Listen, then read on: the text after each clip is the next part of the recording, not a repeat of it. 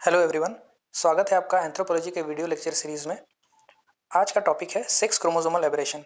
एक बहुत ही interesting topic है जो कि पेपर 1 फिजिकल एंथ्रोपोलॉजी के 9.4 यूनिट का हिस्सा है।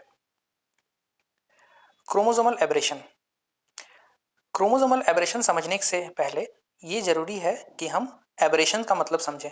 एबरेशन का मतलब होता है किसी भी चीज के नॉर्मल बिहेवियर से अलग बिहेव करना। मतलब कि नॉर्मल बिहेवियर से कोई भी चेंजेस अगर आए तो उसे हम एबरेशन कहते हैं। तो किसी क्रोमोसोम में किस तरह के एबरेशन हो सकते हैं? क्रोमोसोम में दो तरीके के एबरेशन हो सकते हैं। या तो क्रोमोसोम का जो स्ट्रक्चर है वही चेंज हो जाए, या फिर जो क्रोमोसोम का नंबर है वो चेंज हो जाए।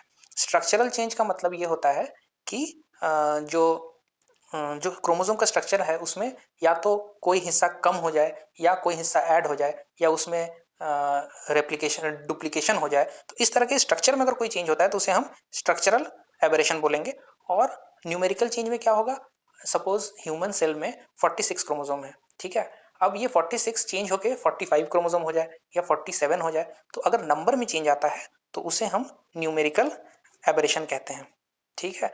इन एबरेशन से होता क्या है? क्रोमोसोम में जो चेंजेस अगर आए तो उन चेंजेस की वजह से डिफरेंट सिंड्रोम्स या बीमारियां होती हैं, जिससे कि पेशेंट के बॉडीली और मेंटल डेवलपमेंट पे इम्पैक्ट पड़ता है। और ये भी देखा गया है कि उन पेशेंट्स की लाइफ एक्सपेक्टेंसी भी कम हो जाती है। तो ये क्रोमोसोमल एबरेशंस क्यों होते हैं और इनके होने से किस तरह से डिजीजेस क्रिएट होती हैं, ये हम आगे देखेंगे। उसके पहले जल्दी से हम ये देख लेते हैं कि क्रोमोसोम का बेसिक स्ट्रक्चर क्या होता है। हमें पता है कि जेनेटिक्स की बेसिक यूनिट है डीएनए। डीएनए जो कि बेस पेयर्स से मिलके बना होता है। बेस पेयर्स यानी कि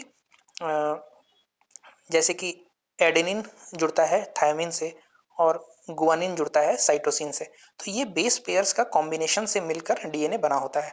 अब अगर एक particular set of base pairs हैं, वो एक पर्टिकुलर कैरेक्टर को अगर मैप करते हैं तो उसे हम जीन कहते हैं। सपोज कि एक सेट है ए बी सी डी का, ठीक है। और ये ए बी सी डी का जो सेट है ये एक पर्टिकुलर कैरेक्टर यानी कि सपोज फेशियल कलर को मैप करता है कि इस जी तो इसे एक हम फेशियल कलर रिप्रेजेंट करने वाला एक जीन कहेंगे इस कॉम्बिनेशन को, ठीक है। तो ये जीन और डीएनए जो है ये एक कॉइल्ड फॉर्म में क्रोमोसोम में प्रेजेंट होता है। और ये क्रोमोसोम देखने में कुछ इस प्रकार का दिखता है, आप इमेज में देख सकते हैं, जो कि दो स्ट्रैंड्स से मिलकर बना है। ये जो स्ट्रैंड्स हैं इन्हें हम क्रोमैटिड कहते हैं, ठीक है। तो ये बेसिक स्ट्रक्चर समझने के बाद अब हम देखते हैं कि इन एबरेशंस का कारण क्या क्या है, ठीक है। तो क्रोमोसोम में जो एबरेशन होते हैं उसका सबसे प्रमुख कारण होता है म्यूटेशन का होना। म्यूटेशन एक सडन चेंज होती है। ये अचानक से सेल स्ट्रक्चर में कोई चेंज जो अनएक्सपेक्टेड है उसे हम म्यूटेशन कहते हैं। और ये म्यूटेशन म्यूटेशन से होने वाले जो चेंजेस होते हैं वो इरिवर्सिबल नेचर के होते हैं, मतलब वो वापस से ठीक नहीं किए जा सकते। और ये हेरिटेबल भी होते हैं, मतलब ये चेंजेस नेक्स्ट जनरेशन को भी मूव करते हैं। तो अब ये म्यूटेशन होता कैसे? म्यूटेशन होने के कई सारे कारण हो सकते हैं, जिनमें कि एक इम्पॉर्टेंट फैक्टर है म्यूटाजेंस का होना। म्यूटाजेंस मतलब ये एक ट्रिगर की तरह काम करते हैं, ठीक है। मतलब अगर इनका इम्पैक्ट हो इन म्यूटाजेंस का तो म्यूटेशन का प्रोसेस जल्दी हो सकता है। कितने तरह के म्यूटाजेंस होते हैं? तीन तरह के होते हैं, फिजिकल, केमिकल और बायोलॉजिकल। फिजिकल में beta rays, X ray, cosmic rays, UV rays, यानी कि जो इलेक्ट्रोमैग्नेटिक वेव्स हैं, ठीक है, इनका अगर इम्पैक्ट बॉडी पर पड़े तो वो म्यूटेशन को ट्रिगर कर सकता है। सिमिलरली केमिकल म्यूटाजेंस में base analogous alkylating agents, mustard gas etcetera, ये लोग जो हैं ये भी म्यूटेशन को ट्रिगर करने का काम करती हैं। और बायोलॉजिकल म्यूटाजेंस जैसे कि इम्पैक्ट ऑफ एनी वायरस, जब कोई वायरस आपके शरीर को इन्फेक्ट करता है तो उसके वजह से सेल में कई सारे चेंजेस देखे जाते हैं, इनमें से कुछ म्यूटेशन भी हो सकता है। एग्जाम्पल क्या है इनका? हर्ब्स और रूबेला वायरसेस। ये तो हो गई म्यूटाजेंस की बात कि म्यूटेशन की वजह से कैसे क्रोमोसोम में चेंजेस आ सकते हैं। लेकिन सबसे इंपॉर्टेंट रीजन जो है वो है नॉन डिसजंक्शन ऑफ क्रोमोसोम। अब ये नॉन डिसजंक्शन का मतलब क्या है? सपोज कि ये हमारा एक सेल है, ठीक है। सेल के अंदर न्यूक्लियस। अब ये जब सेल डिवाइड होगा तो दो सेल्स बनेंगे और इन दोनों में अपने अपने न्यूक्लियस होंगे। अब इस न्यूक्लियस में जो क्रोमोसोम्स थे, नॉर्मली क्या होना चाहिए कि ये डिवीजन के टाइम में ये इक्वल इक्वल दोनों में डिस्ट्रीब्यूट हो जाए, तो ये नॉर्मल कंडीशन है। लेकिन कभी कभी ये जो डिसजंक्शन है, मतलब ये दो भागों में डिवाइड होना क्रोमोसोम्स का, इसे हम डिसजंक्शन कहेंगे, अलग अलग बंटना। अगर ये डिसजंक्शन सही से ना हो तो हो सकता है कि डॉटर सेल्स में अनइक्वल नंबर ऑफ क्रोमोसोम्स आ जाएं, मतलब कि अगर मान लो यहाँ पे 46 क्रोमोसोम्स थे और ये सेल डिवीजन के बाद यहाँ आ गया 24 और यहाँ आ गया 22, तो ये डॉटर सेल्स में अनइक्वल नंबर ऑफ क्रोमोसोम्स आ गए। एक्सपेक्टेड क्या था 23, बट यहाँ आ गए 24, यहाँ आ गए 22, तो ये न्यूमेरिकल एबरेशन हो जाएगा।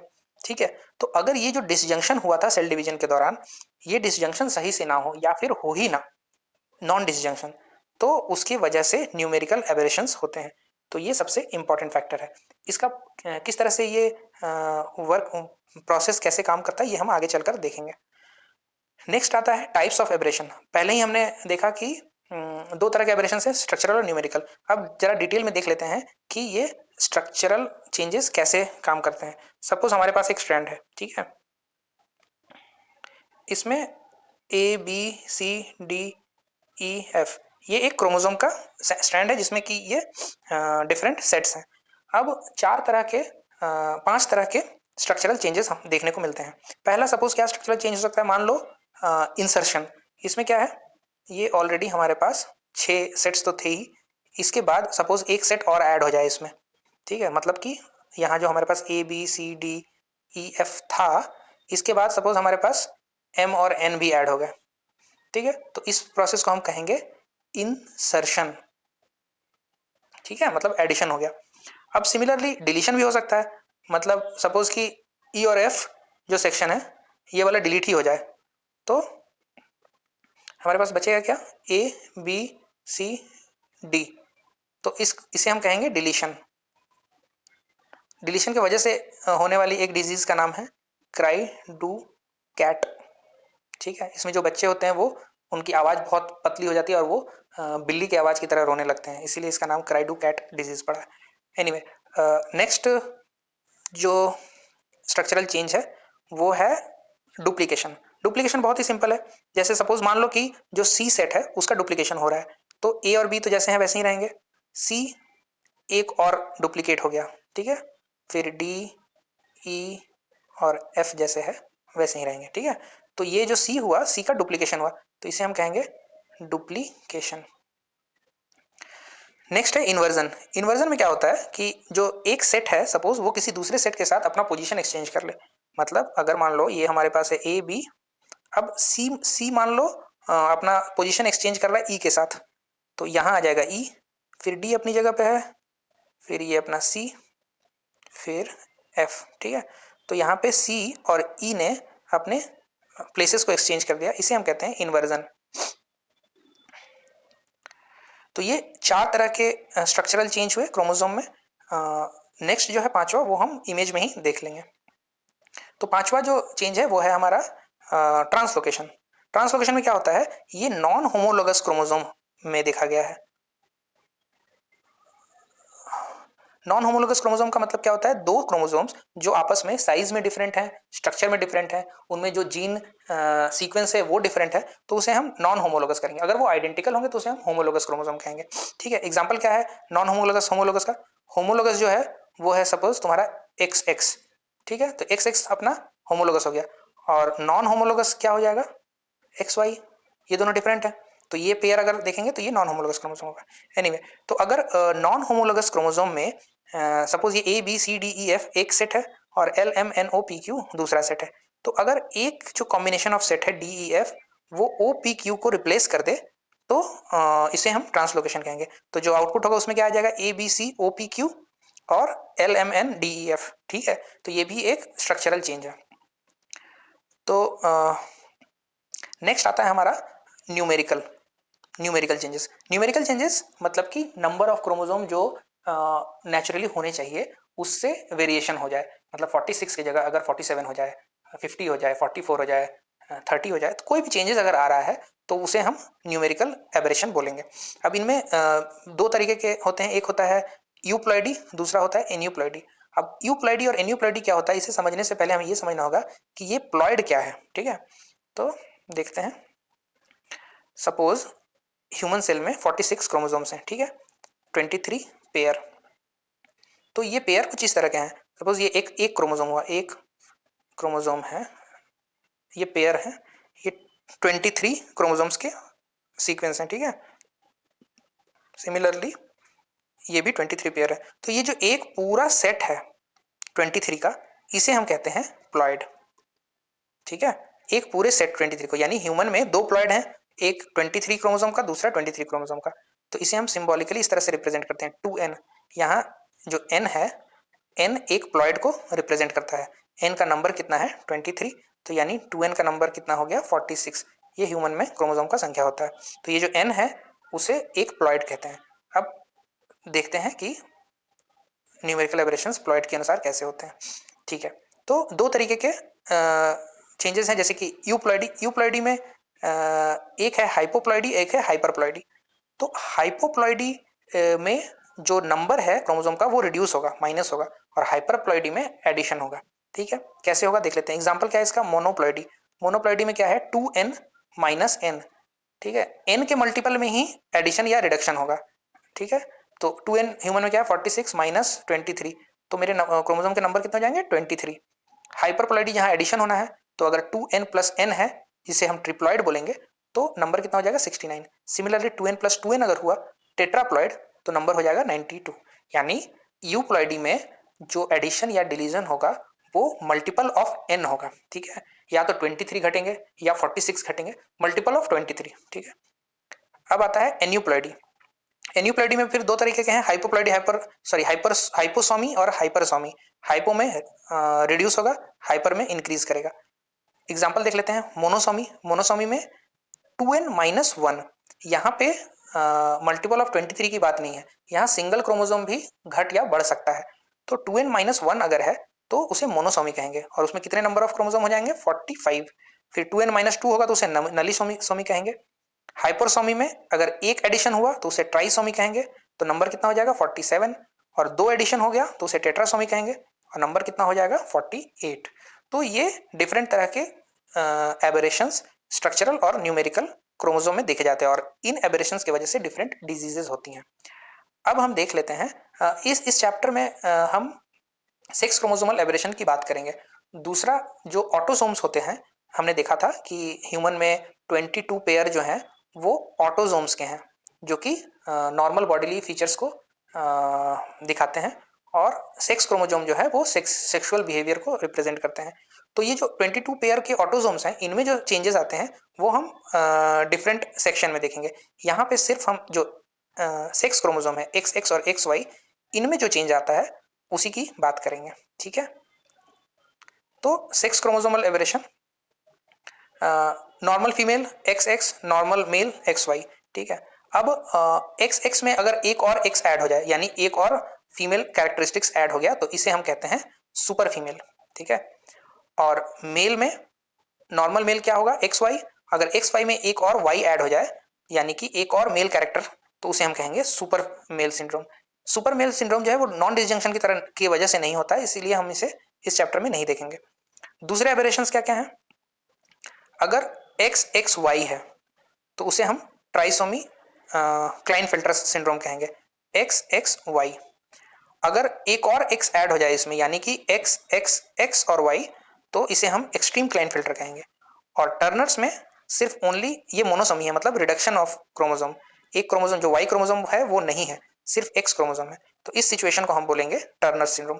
तो हमने नाम और रिप्रेजेंटेशन देख लिया कि कितने तरह के सिंड्रोम्स हो सकते हैं सेक्स क्रोमोसोमल एबरेशंस की वजह से। अब हम देख लेते हैं कि ये प्रोसेस क्या है इनके होने का। Understanding the process of non disjunction of chromosome which leads to these syndromes.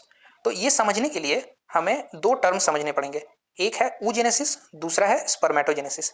ठीक है, तो oogenesis का मतलब होता है कि process of egg formation in female, और spermatogenesis process of sperm formation in male. ठीक है, तो जब फीमेल में सोमैटिक सेल डिवाइड होके एग का फॉर्मेशन करता है, तो उस प्रोसेस को हम oogenesis कहते हैं।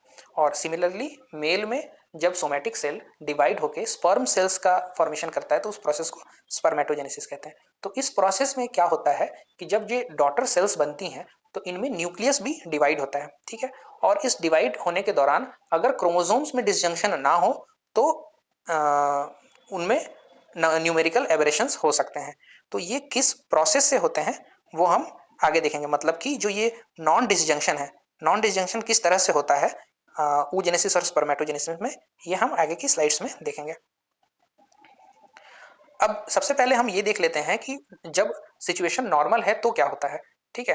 मतलब नॉर्मल अगर oogenesis spermatogenesis हुआ है तो नॉर्मल कंडीशन क्या है। ये हमारे फीमेल सोमैटिक सेल और मेल सोमैटिक सेल है। oogenesis और स्पर्मेटोजेनेसिस के दौरान एग और स्पर्म का फॉर्मेशन हुआ, ये नॉर्मल कंडीशन है। इक्वली क्रोमोसोम्स डिवाइड हुए हैं, ठीक है। तो यहाँ पे जब फर्टिलाइजेशन होगा तो फर्टिलाइजेशन में normal male normal female, normal male normal female बनेंगे, ठीक है। तो ये नॉर्मल डिसजंक्शन हुआ oogenesis और स्पर्मेटोजेनेसिस का। अब नेक्स्ट देखेंगे कि अगर डिसजंक्शन सही से ना हो तो क्या होता है। Non disjunction of x x during oogenesis, तो ये सोमैटिक सेल्स हुए। अब देखिए रेड से हमने oogenesis को दिखाया, यानी कि यहाँ पे एरर हुआ डिवाइड होते वक्त। क्या एरर हुआ कि दोनों एक्स जो है वो एक ही एग में चले गए और दूसरा एग जो है वो खाली रह गया, ठीक है। और यहाँ पे स्पर्मेटोजेनेसिस में इजीली डिवाइड हुआ है, मतलब सही से डिवाइड हुआ है। तो अब अगर फर्टिलाइजेशन होता है तो क्या सिनेरियोज बनेंगे। तो पहले कंडीशन में triple x super female, 3 x chromosome आए तो ये सुपर फीमेल। दूसरे कंडीशन में क्लाइनफेल्टर्स यानी 2 एक्स और 1 वाई। तीसरे कंडीशन में टर्नर सिंड्रोम, सिर्फ 1 एक्स। और आखिरी कंडीशन में जाइगोट विल डाई, मतलब यहाँ पे सिर्फ वाई क्रोमोसोम है। और हमें पता है कि सर्वाइवल, जाइगोट के सर्वाइवल के लिए एक्स क्रोमोसोम का होना इंपॉर्टेंट है, ठीक है। तो अगर oogenesis के दौरान नॉन डिसजंक्शन हुआ, यानी ये सिचुएशन अगर हुआ, तो हमारे पास 25% सुपर फीमेल, 25% क्लाइनफेल्टर, 25% टर्नर और 25% जाइगोट विल डाई, ठीक है। तो ये रेशियोज बनेंगे। अब हम नेक्स्ट देख लेते हैं कि अगर स्पर्मेटोजेनेसिस के समय एरर होता है तो फिर क्या सिनेरियोज बनते हैं। ये हमारे सोमैटिक सेल्स हुए। देखिए रेड से हमने दिखाया स्पर्मेटोजेनेसिस में एरर हुआ। एरर क्या हुआ, एक्स और वाई जो है वो एक ही स्पर्म में चले गए और दूसरे स्पर्म में कुछ भी नहीं है। तो अब जब अगर फर्टिलाइजेशन होता है तो सिनेरियोज क्या बनेंगे, एक्स एक्स वाई क्लाइनफेल्टर, दूसरा टर्नर सिंड्रोम सिर्फ एक्स, तीसरा क्लाइनफेल्टर्स एक्स एक्स वाई और चौथा फिर से टर्नर सिंड्रोम। तो अगर स्पर्मेटोजेनेसिस के दौरान नॉन डिसजंक्शन होता है, यानी कि यहाँ पे अगर एरर हुआ तो मेरे पास 50% क्लाइनफिल्टर और 50% टर्नर डिजीज मिलेंगे, 50% क्लाइनफिल्टर और 50% टर्नर, ठीक है। नेक्स्ट जो सिनेरियो है वो बहुत इंटरेस्टिंग है। अगर मान लीजिए ऐसा सिचुएशन डेवलप हो जहां पे फीमेल में oogenesis के दौरान भी नॉन डिसजंक्शन हो जाए और मेल में स्पर्मेटोजेनेसिस के दौरान भी नॉन डिसजंक्शन हो जाए, जो कि बहुत ही रेयर सिचुएशन है, बट स्टिल अगर ये सिनेरियो डेवलप हो तो फिर किस तरह के डिजीजेस डेवलप होंगे ये हम लोग नेक्स्ट स्लाइड में देखेंगे। Non disjunction of both X X and X Y chromosome in somatic cells. अब देखिए दोनों में एरर हो गया। oogenesis के में क्या हुआ, दोनों एक्स एक एग में चले गए और स्पर्मेटोजेनेसिस में दोनों एक्स वाई एक सेल में चले गए। कॉम्बिनेशन जब बना तो extreme Klinefelter, normal female, normal male और जाइगोट विल डाई। तो यहाँ पे एक्सट्रीम क्लाइनफिल्टर सिंड्रोम बनेगा। ये सिचुएशन तभी जनरेट होगी जब नॉन डिसजंक्शन दोनों टाइम हुआ हो, मतलब oogenesis के टाइम पे भी स्पर्मेटोजेनेसिस के टाइम पे, यानी इसलिए एक्सट्रीम क्लाइनफिल्टर काफी रेयर सिचुएशन है, बट इस सिनेरियो में ये बनेगा। और दूसरा तो नॉर्मल फीमेल है क्योंकि एक्स एक्स है और नॉर्मल मेल है क्योंकि एक्स वाई है। फोर्थ कंडीशन में जाइगोट सर्वाइव नहीं कर पाएगा क्योंकि सर्वाइवल के लिए एटलीस्ट एक एक्स क्रोमोसोम की जरूरत है, ठीक है। तो इस सिचुएशन में हमने 3 डिफरेंट कंडीशन में देखा कि कैसे न्यूमेरिक जो सेक्स क्रोमोसोम्स हैं उनमें जो न्यूमेरिकल एबरेशंस हो रहा है उससे किस प्रकार डिफरेंट डिजीज फॉर्म होती हैं, ठीक है। तो ये पूरे प्रोसेस के बाद हमें मेजरली 3 डिजीजेस मिली, एक सुपर फीमेल, एक क्लाइनफिल्टर और एक टर्नर सिंड्रोम। तो प्रोसेस को समझने के बाद ये भी इंपॉर्टेंट हो जाता है कि हम ये भी जान लें कि इन डिजीजेज में किस तरह के सिम्टम्स दिखते हैं, मतलब पेशेंट्स को किस तरह की प्रॉब्लम झेलनी पड़ती है और इनके मेंटल एबिलिटी या इंटेलिजेंस पे क्या इम्पैक्ट पड़ता है, या ये जो डिजीजेज हैं ये कितने कॉमन है, कितने फ्रिक्वेंटली ये देखने को मिलते हैं। तो ये सारे छोटे छोटे इन्फॉर्मेशन हम नेक्स्ट स्लाइड्स में देख लेते हैं। पहला है हमारा क्लाइनफिल्टर सिंड्रोम। इसमें हमें कॉम्बिनेशन पता है एक्स एक्स वाई, ठीक है। जब भी वाई क्रोमोसोम अवेलेबल होगा यानी कि ये जो पेशेंट है ये मेल है, ठीक है। अब इनके जनरल फीचर्स देख लेते हैं। मेल में लॉन्ग लेग्स देखने को मिलता है, उनमें normal development of external genitals होता है but they do not produce sperm. इनमें जेनिटल्स तो डेवलप होते हैं बट स्पर्म्स का प्रोडक्शन नहीं होता है, इसलिए दे आर स्टेराइल, मतलब वो रिप्रोड्यूस नहीं कर पाते। Development of breasts has been seen, poor growth of facial and bodily hair, voice is highly pitched, मतलब उनकी वॉइस जो हाईली पिच्ड होती है, जैसे फीमेल की वॉइस हाई पिच वाली होती है, तो इन क्लाइनफिल्टर के डिजीज में भी हाई पिच की वॉइस देखने को मिलती है। एंड्रोजन डेफिशिएंसी, एंड्रोजन डेफिशिएंसी का मतलब होता है कि हार्मोनल इम्बैलेंसेस देखने को मिलते हैं। फिर वैस्कुलर डिसऑर्डर और हार्ट डिजीज भी देखने को मिलता है।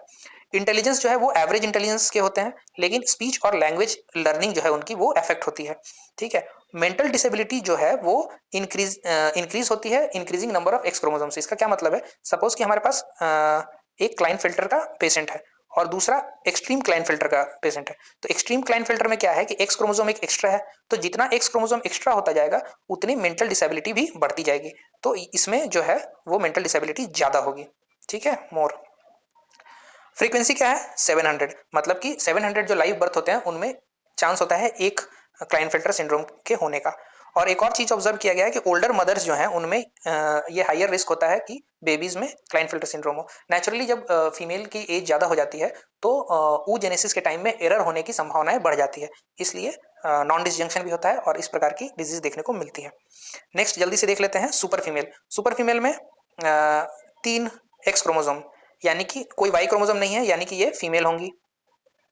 अब इनमें जो जनरल फीचर है वो नॉर्मल ही होता है, फिजिकल डेवलपमेंट नॉर्मल होगा।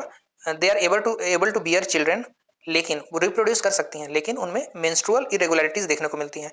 ठीक है। जो उनका मेंस्ट्रुअल साइकिल है वो काफी इरेगुलर होता है। और अर्ली सेट ऑफ मेनोपॉज, जो मेनोपॉज है वो भी इनमें जल्दी ही देखा जाता है। नॉर्मल फीमेल में जो मेनोपॉज का एज है वो अराउंड 45 से 55 के बीच में लाई करता है, लेकिन सुपर फीमेल्स के केस में ये और अर्ली देखा गया है। इंटेलिजेंस जो है वो काफ़ी सीवियर मेंटल डिसेबिलिटीज कुछ वुमेन में देखी गई हैं जो सुपर फीमेल वुमेन है। और जो ये मेंटल डिसेबिलिटी है वो वेरी करती है इंडिविजुअल टू इंडिविजुअल। फ्रीक्वेंसी इसकी 950 है। नेक्स्ट है टर्नर सिंड्रोम। टर्नर सिंड्रोम में अगेन सिर्फ एक्स क्रोमोसोम है, वाई नहीं है, इसका मतलब ये भी फीमेल है। इनके जनरल फीचर्स में क्या है कि फीमेल्स की जो स्टीचर है, हाइट है, वो कम होती हैं। डू नॉट हैव यूट्रस, उनमें यूट्रस नहीं पाया जाता है, इसलिए वो रिप्रोड्यूस नहीं कर सकती। ब्रेस्ट जो है वो भी फुल्ली डेवलप नहीं होते। हार्ट में माल फॉर्मेशंस देखा जाता है। लिम्फेडेमा की डिजीज देखी जाती है। लिम्फेडेमा का मतलब होता है कि जो लिम्फ फ्लूइड है वो फीट में या कहीं जमा हो जाए जिससे कि स्वेलिंग हो जाती है। और ये प्राइमरी एमेनोरिया से भी ग्रसित होती हैं, मतलब इनका जो मेंस्ट्रुअल साइकिल जो स्टार्ट होने की एज है वो स्टार्ट नहीं, या तो नहीं होती है या काफ़ी लेट से होती है, तो उस कंडीशन को प्राइमरी एमेनोरिया कहते हैं। इंटेलिजेंस पे इम्पैक्ट बहुत अनकॉमन है, मतलब ज़्यादा मेंटल डिसेबिलिटी देखी नहीं जाती है टर्नर्स के पेशेंट में, बट अगर थॉरो इन्वेस्टिगेशन किया जाए, डीप एनालिसिस की जाए, तो स्लाइट इम्पेयरमेंट देखा गया है नॉर्मल लोगों के इंटेलिजेंस के तुलना में। फ्रीक्वेंसी क्या है 2500 पर बर्थ, फीमेल बर्थ। तो ये हमारे कॉमन सिम्टम्स और फीचर्स हो गए इन 3 डिजीजेस के। अब कंक्लूजन में 2 बातें हम के साथ इसको कंक्लूड कर सकते हैं। एक तो ये स्ट्रक्चरल चेंज, सॉरी, ये स्ट्रक्चरल चेंज हो या न्यूमेरिकल चेंज हो, ये जो एबरेशंस हैं इनको क्योर नहीं किया जा सकता। अगर ये डिजीज हो गई तो इनको क्योर करना पॉसिबल नहीं है, लेकिन इनको प्रिवेंट जरूर किया जा सकता है। और ये प्रिवेंट करने में जेनेटिक काउंसलिंग का योगदान काफ़ी ज़्यादा है। जेनेटिक काउंसलिंग एक अलग टॉपिक है जो कि हम सिलेबस में हम अलग से इसको पढ़ेंगे, लेकिन जहां हम देखेंगे कि कैसे पेडिग्री एनालिसिस और कैरियोटाइपिंग के द्वारा डिफरेंट जेनेटिक डिसऑर्डर्स को प्रेडिक्ट किया जाता है। तो यानी जेनेटिक काउंसलिंग के थ्रू हम इन जेनेटिक डिसऑर्डर्स को प्रिवेंट या प्रीएम्प्ट कर सकते हैं, लेकिन एक बार ये डिजीज हो जाए तो उनको क्योर नहीं किया जा सकता। इवोल्यूशन पे इसका क्या इम्पैक्ट पड़ता है, जनरली कुछ खास इम्पैक्ट नहीं है, क्योंकि ये जो डिजीज से ग्रसित लोग हैं they generally do not recreate, hence their genes do not get transfer to the next generation. मतलब इनके जीन्स जो हैं अगर वो रिप्रोड्यूस ना करें तो जो भी क्रोमोसोम्स में चेंजेस आए हैं वो नेक्स्ट जनरेशन में ट्रांसमिट नहीं होंगे, इसलिए अगर ट्रांसमिट नहीं हुआ तो इवोल्यूशन पे उसका इम्पैक्ट नहीं पड़ता है। एक क्विकली हम मेंस का क्वेश्चन देख लेते हैं। इस साल 2020 के मेंस में ये क्वेश्चन आया था कि how many numerical aberration in sex chromosome lead to genetic disorder, 15 marks. ये डायरेक्ट क्वेश्चन था सिलेबस से, जो आज डिस्कशन हमने किया, इस डिस्कशन के बेसिस पे ये 15 नंबर का क्वेश्चन आसानी से अटेम्प्ट किया जा सकता था। क्विकली देख लेते हैं कैसे हम इसे अटेम्प्ट कर सकते थे। इंट्रोडक्शन में हम पहले डिफाइन कर सकते थे what is sex chromosomal aberration, क्योंकि यहाँ पे सिर्फ न्यूमेरिकल एबरेशंस की बात की गई है, वो भी सिर्फ सेक्स क्रोमोसोम्स की, तो बाकी चीज़ें स्ट्रक्चरल चेंजेस वगैरह डिफाइन करने की जरूरत नहीं है, उतना स्पेस भी नहीं होगा, तो सिर्फ आप डिफाइन कर दीजिए कि sex chromosomal aberrations, numerical aberrations क्या होते हैं, उसके बाद इनके रीजंस क्या हैं, जैसे कि हमने म्यूटाजेन और नॉन डिसजंक्शन देखा, क्विकली आप उसे बता दें। उसके बाद फ्लो चार्ट के द्वारा आप ये समझा सकते हैं कि नॉन डिसजंक्शन का जो प्रोसेस है वो किस तरह से होता है, अगर oogenesis के टाइम पे नहीं हुआ या फिर स्पर्मेटोजेनेसिस, तो जो एनालिसिस हमने देखा वो आप फ्लो चार्ट के थ्रू क्विकली बता सकते हैं। उसके बाद आप इनलिस्ट कर सकते हैं कि ये 3 और 4 डिजीजेज जो हैं वो जेनेटिक डिसऑर्डर्स होते हैं, जैसे कि क्लाइनफेल्टर्स, एक्सट्रीम क्लाइनफेल्टर्स, टर्नर और सुपर फीमेल, और उनकी जो जनरल फीचर्स हैं, फ्रीक्वेंसी है और इंटेलिजेंस पे क्या इंपैक्ट पड़ता है, ये बता के आप आंसर को कंक्लूड कर सकते थे। तो आई होप ये लेक्चर आपको पसंद आया होगा। ये काफ़ी इंटरेस्टिंग टॉपिक है फिजिकल एंथ्रोपोलॉजी का। हम इसी तरह के और भी लेक्चर्स बनाते रहेंगे। तो thank you so much, thanks for watching.